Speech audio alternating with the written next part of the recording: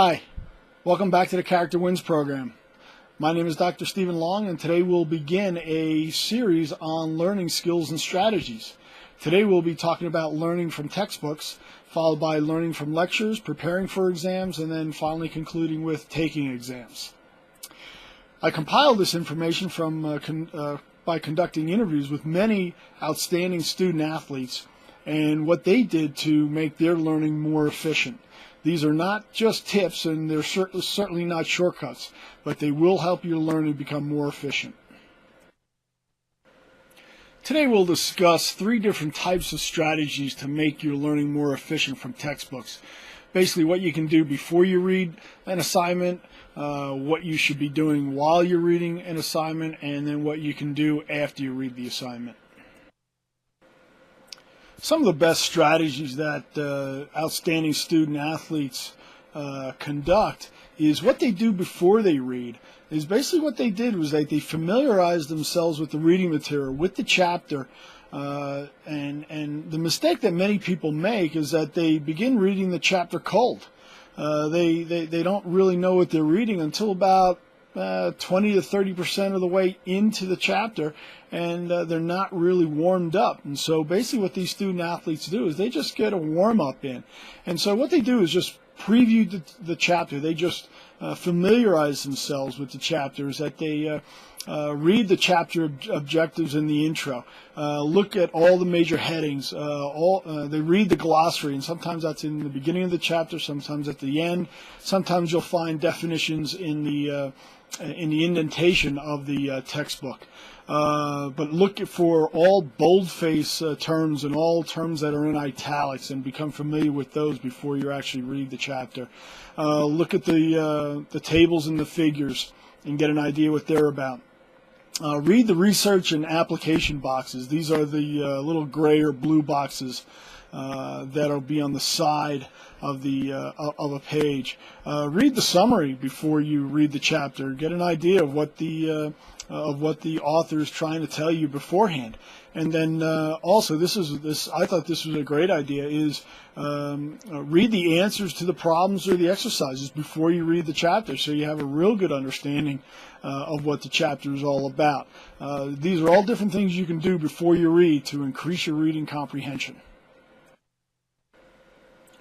When I write in a conversational style. I believe it makes it more comprehensible to the reader.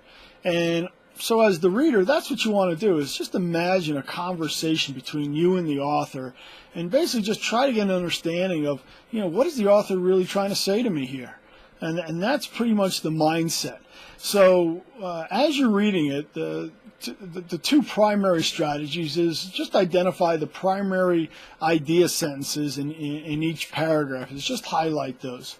And then look for related points, either within a paragraph or from one paragraph to another, so you can make those connections. And when you do, your reading comprehension will improve.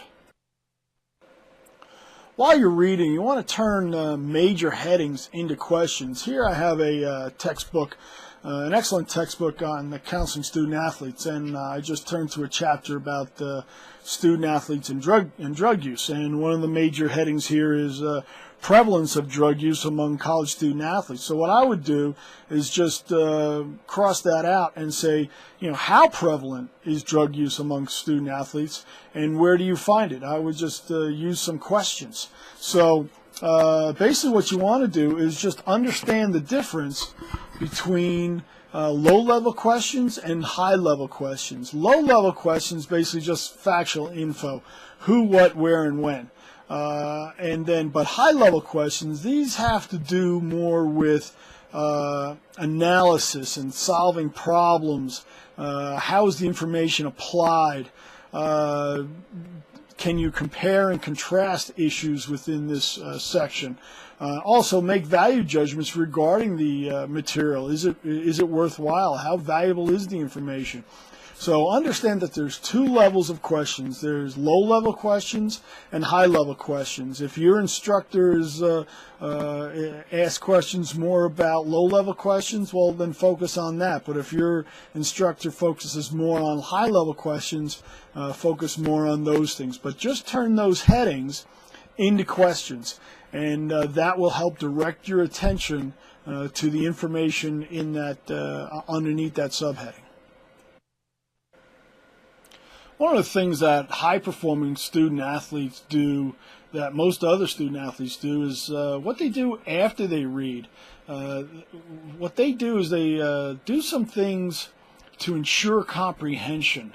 They just take a little bit of time, maybe 10 minutes at the most, to ensure comprehension. And the first thing that they do is they just summarize the material, and they can either do this in the textbook, or they just do it in their notes. And they just point out what the primary points are, the 3 to 5 primary points of the chapter, with supporting facts in each area. But they also make a note of the definitions and key terms. But then also at the end is that they just test themselves. They just conduct a little test with the chapter questions and exercises. And if the chapter doesn't have questions or exercises, they use the chapter headings that they've now turned into questions, and they just review that fairly quickly. It's some do it written-wise, but most of them just do it orally, so they just reinforce it into their brain at that point. But that's one of the things that high-performance student athletes do, is that they ensure comprehension by just conducting a few strategies after they finish reading. In the end, this seminar is really about becoming a good reader, is increasing and improving your reading comprehension. And there are several things you can do to do that before you read, during, while you're reading, and after you read. You know, before you read, just familiarize yourself with the chapter. While you read, just become more engaged. Think of it as a computer game. Try to be more interactive with the chapter. And then afterwards, just do some things to ensure comprehension.